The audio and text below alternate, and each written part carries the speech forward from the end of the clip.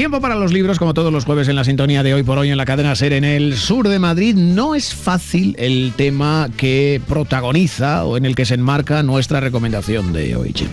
Pues no, vamos a viajar hacia el año 44 del siglo pasado y nos vamos a ir a Auschwitz, hasta Auschwitz y sus alrededores, porque tenemos con nosotros a Cristina Bermejo Rey. Muy buenas, Cristina. Hola, Chema. Hola, Cristina. Que es la autora de Tras la Alambrada, y es con la que vamos a hablar de este tema y de lo que surja, pero fuera de antena me ha dicho algo que ha dicho que quería decir. Adelante, Cristina, tienes la palabra. Sin cebolla y cuajada. Sí. Con cebolla y cuajada, por favor. Quemadita. Pero no sé quién tiene perdón. Si soy yo el que tiene perdón o ella la que no tiene perdón. Solo digo una cosa. Hace 3 años empezó la pandemia y ninguno nos lo esperábamos. No sé si fue por cuestiones gastronómicas como la que vosotros estáis planteando aquí. Oye, ¿por qué una getafense como tú, Cristina, escribe sobre Auschwitz? ¿De dónde viene esto? Precisamente fue otro getafense el que me llevó a escribirlo. Vi el documental de Álvaro Dorado, un documentalista precisamente también getafense, y me dejó tan marcada que yo creo que jamás hubiera escrito sobre el Holocausto, sinceramente, porque yo me muevo en el ámbito del terror, pero más ficticio. Sí.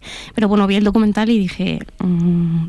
fue tal la congoja y la conmoción que sentí que dije... empecé a imaginarme un relato y al final lo que empezó con un relato básico, pues acabó siendo pues lo que estáis viendo. Pues desde luego fabuloso a la hora de marcar los personajes, de marcar los entornos, de marcar los ambientes, y es una novela de verdad, todos conocemos por noticias, por otras obras, por documentales, conocemos Auschwitz, ¿no? O lo que sucedió allí, pero no Auschwitz, la fábrica de la muerte se llama, creo. Efectivamente, el documental la fábrica de la muerte. Brutal y recomendadísimo. Claro, pero tú fíjate, te has tenido que documentar porque se nota que hay una documentación importante, porque en algunos de los pasajes de la novela metes textos que están recogidos de diarios, de Mengele, ¿no? Y de otros diarios. Hay algo que me sobrecoge. Antes hablábamos, vamos a ver, que el Titanic se hunde, lo sabemos, que el Holocausto está ahí, que existió, aunque haya gente a fecha de hoy que aún lo niega, pero que existió, también está ahí. De hecho, dices que se quisieron destruir todo aquello para que no hubiera pruebas de absolutamente. Prendieron fuego a los barracones, a las cámaras de gas y bien sabían lo que estaban haciendo. No eran ignorantes ni inocentes de lo que estaban haciendo. Pero se me ponía el vello de punta en unas de los pasajes esos que extraes de diarios, cuando es el propio Hitler en que después de hacer las pruebas sobre qué gas utilizar en las duchas, determina: este es el gas que vamos a emplear, ¿no? Entonces, dando como el adelante que se empiece con la operación, ¿no? Un poco con esa operación que se llevó por delante a judíos, pero ya no solo judíos, homosexuales, gitanos, testigos de Jehová, resistencia, o españoles en campos de concentración, getafenses en campos de concentración, que también marcas ahí, ¿no? De españoles que hubo de las brigadas.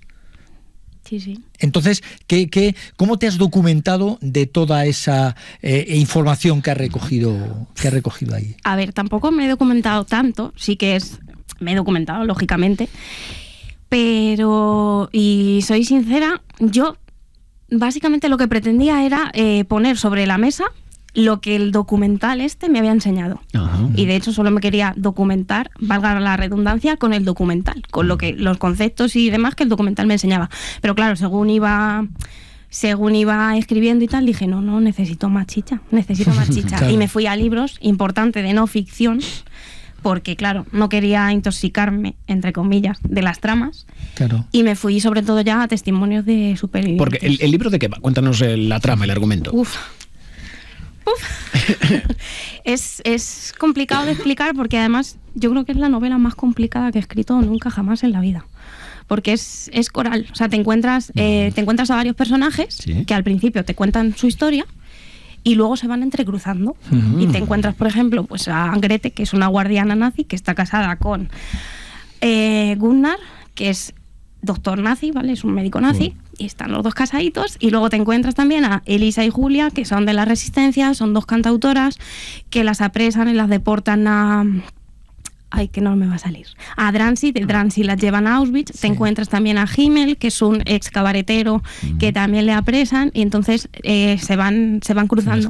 Sí, la figura de Himmel es maravillosa, o sea, me encanta. Es una preciosidad de personaje. Yo es de estos que si se lleva el libro alguna vez a la gran pantalla o pequeña pantalla, cuando hay ahora mismo tantas plataformas, dices, a mí me gustaría hacer ese personaje, porque es un personaje, se le trata como se le trata, sufre muchísimo, pero siempre tiene una sonrisa. Claro, siempre, porque él decía, ¿no? Y yo creo, en algunas películas y en algunos libros, otros se ha visto que quizá la risa era lo que desconcertaba un poco a la gente, ¿no? Me refiero a los SS, ¿no? Cuando tú aquello lo enfocabas de alguna forma con una sonrisa. No había nada por lo que sonreír, pero simplemente el sonreír, decir, bueno, pues todavía estoy vivo, ¿no? Que algunos participaron llevando a las cámaras de gas o subiendo a los trenes a algunos de sus compañeros, digamos, pero claro, exactamente, solo por vivir quizá 4 meses más. Yo ¿no? creo que hay un aspecto fundamental. Yo he tenido, voy a decir, la suerte de ir a Auschwitz, porque creo que es ir allí. Yo no sé, no has tenido la oportunidad, Cristina. Lo tengo pendientísimo, urgente. Tú sientes unas cosas allí que no sé si es a través de todo lo que te han contado, de todo lo que te cuentan allí. No lo sé, pero tú allí, en fin, las sensaciones y los sentimientos que te produce visitar y pasear por allí son duros. Y a mí lo que me da la sensación es que lo que intentaban los nazis es deshumanizar a los que allí estaban. Sí. Totalmente. Y la risa es uno de los elementos característicos, yo creo, claro, y propios y particulares del ser humano. Y yo por eso creo que a lo mejor, y estaba pensando cuando hablabas de lo de la risa y los nazis, me venía a la cabeza La vida es bella, una magnífica película también, donde a través de el humor y la visión de un niño nos cuentan cosas durísimas. Claro. No, pero aquí, ya digo, yo le di la enhorabuena fuera de antena y ahora aprovecho a decirlo, porque está muy bien tratado. Ya digo, todos los personajes, la situación, esta pareja que hablabas de esta mujer que viene de una familia que no tiene nada que ver con el nazismo, se casa con este médico nazi, pero enseguida se contagia. Y a mí me gustaría que ahora que estamos viviendo en una situación donde la extrema derecha, no en España, en todo el mundo, está aflorando de la forma que está aflorando, había que entender una cosa. Cuando Hitler sale como, vamos a decir, gobernante de esa Alemania, cuando le eligen democráticamente, sale elegido democráticamente. Mirar dónde ha terminado, dónde terminó. Entonces, ojo, sobre todo con la gente que no conoce aquello, que no ha vivido aquello, que para mí se está contaminando de noticias que no son realidad, y no juguemos con el fascismo, con la extrema derecha, con ese odio y esa situación que se está planteando respecto al diferente, ¿no? Entonces, que uno es homosexual, que sea, ¿dónde está el problema? Y si uno es blanco, negro, amarillo, esa raza aria que decían, ¿raza de qué? ¿No? O sea, no sé si ese asunto el auge de los movimientos de extrema derecha en la Europa actual ha influido de alguna manera en lo que has escrito. Cristina, no sé si te ha permitido extrapolar o traer a la actualidad, o al revés, trasladar a entonces lo que está pasando aquí ahora. Pues sinceramente no, pero bueno, es algo a tener en cuenta, que entre otras cosas mi libro está para eso, para que los errores del pasado no se vuelvan a repetir. Ojalá. Claro, ojalá. Es que repetimos, si hacemos un poco memoria, es que es siempre la misma historia, y es el título como de una canción, pero siempre es la misma historia. Es alguien, y ahora tenemos aquí a Ucrania y Rusia, alguien que quiere invadir a otro, con perdón por sus tachines, y eliminar un poco al otro, ¿no? Claro, pero siempre hay una justificación lógica para el que invade. Sí, claro. Los Sudetes para Hitler, el Donbass para Putin, si es que esto es más viejo que el hambre. Sí, pero te digo, siempre repetimos la misma historia. Lo dijo Nietzsche, fue el que dijo lo del eterno retorno. Sí, efectivamente. Entonces, claro, y no obstante aquí, que parece que no nos acordamos, cuando nuestra guerra, y digo nuestra porque fue aquí, 36-39, también hubo campos donde se trató a los prisioneros como se les trató. Y es un aspecto que está todavía por determinar y por estudiar muchísimo, el de los campos de concentración que hubo durante el franquismo. ¿Esta es tu tercera novela? ¿O ¿Me estoy confundido? Si las tienes que contar es que son más de 3, creo. A ver, fue Dama de la Noche, Visita al viejo caserón, 13 relatos de amor maldito, Psicopatía. Esta sería la quinta. La quinta novela. Y las otras son todas de terror. Y ¿te ha costado a la hora de escribir esta? Porque claro, estamos hablando de situaciones difíciles, en fin, el terror más real es el que yo creo que se pudo vivir meterse ahí. En la cabeza de alguien así es complicado. Lo que pasa es que a mí es que me gusta meterme mucho en la mente de los malos y me flipa demasiado crear personajes así. Yo creo que aquí ha utilizado esa faceta suya del terror porque hay algunos personajes terroríficos, de verdad, porque aunque se ajustasen a la realidad de lo que fue, que muchas veces se dice que la realidad supera la ficción. También que en cierta manera, entre comillas, también los hago humanos.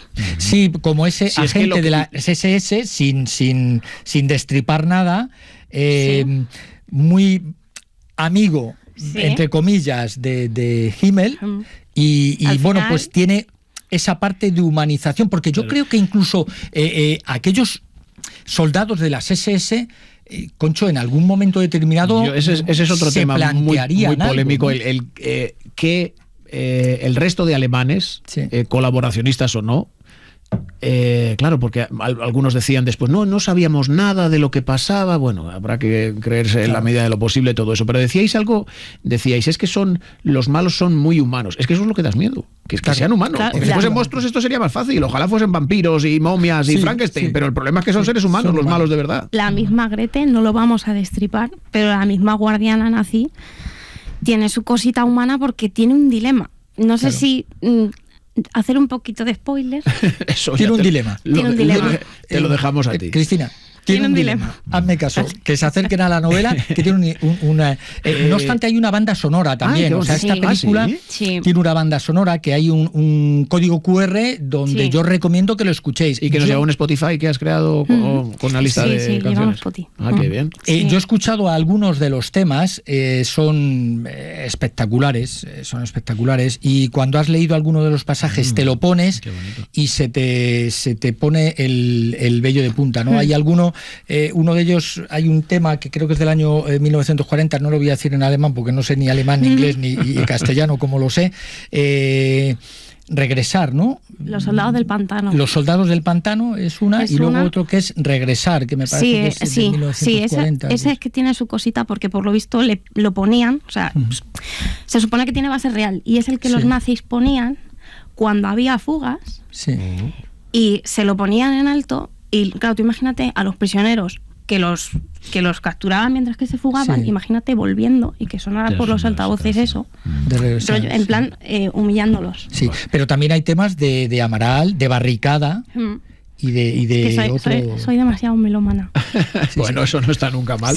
Oye, Chema, vamos con la recomendación infantil. Sí, pues luego volvemos con Cristina. Vale, para los jóvenes de la casa, una nueva entrega de Los misterios de Justina Jones, El secreto del contrabandista. Fíjate, este es editado por Maeva Young, de Ellie Griffiths, y nos habla de una nueva aventura de esta superdetective que es Justina. Y claro, ahí el problema que tiene es cuando llega de nuevo a la casa de Highbury House, que es una casa de señoritas de familias bien.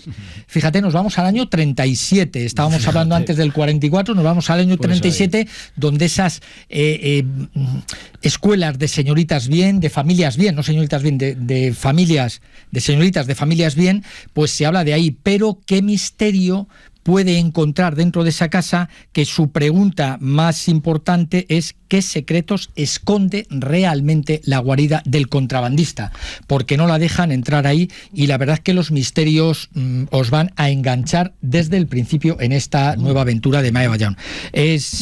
A mí me ha divertido muchísimo, y muchas veces os recuerdo... ¿Hemos dicho edad más o menos? Sí, a partir de 12 años, 11, 12 años, pero yo los dejé atrás hace ya tiempo y he disfrutado muchísimo con la lectura de este libro, ¿no? En páginas web vamos a encontrar en Twitter e Instagram a nuestra invitada, a Cristina Bermejo, donde la podéis seguir y comentar sobre su novela, que seguro que os va a encantar.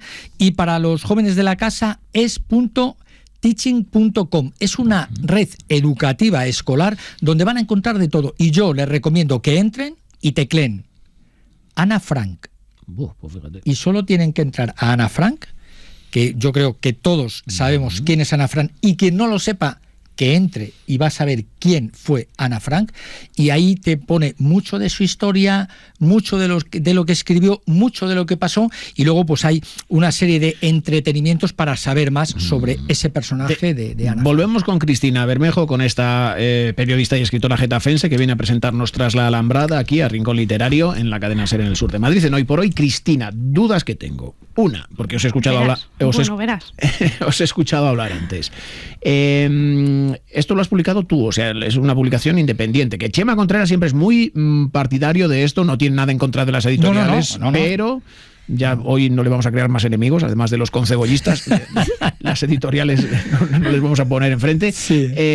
Y hablabais de que, bueno, pues puede parecer arriesgado, pero incluso para una autora novela joven, sí, me vas a permitir, o que no tiene demasiado recorrido todavía en el mundo de la escritura, pero que estáis contentos ambos con esto de publicar independientemente. Voy a enseñar un poquito a mi bebote para que se vea. Sí. ¡Uy!